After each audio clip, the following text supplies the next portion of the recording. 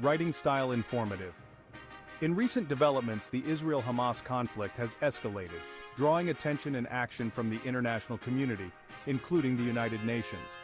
Just last Friday, the United Nations General Assembly passed a resolution that calls on the UN Security Council to reconsider Palestinian membership in the UN.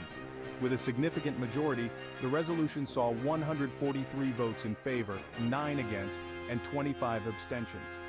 This move underscores a global sentiment that seeks to address the ongoing crisis, but the situation on the ground remains fraught with tension and uncertainty.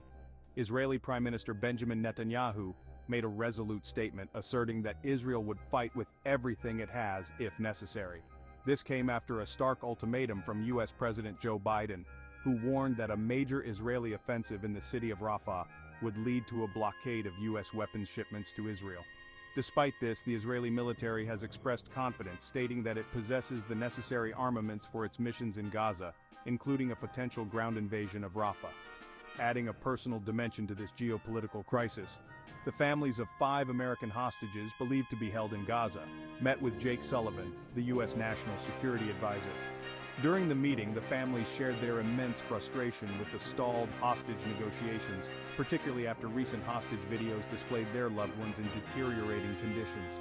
They urged the international community to unite for the immediate release of the hostages, appreciating the Biden administration's leadership in issuing a joint statement with 17 other countries demanding Hamas release the hostages.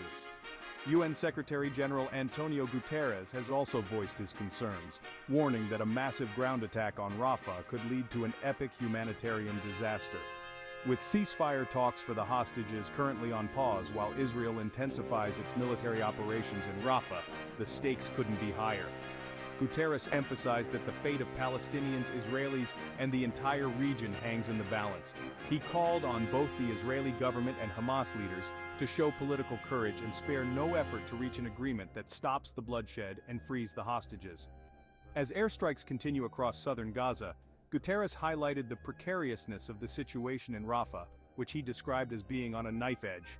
He reiterated his calls for an immediate ceasefire in Gaza and mentioned active engagements with all parties involved to resume the critical entry of supplies, including desperately needed fuel, through the Rafah and Kerem Shalom crossings. As this complex and heart-wrenching situation unfolds, the world watches and waits, hoping for a resolution that brings peace and stability back to a region long tormented by conflict.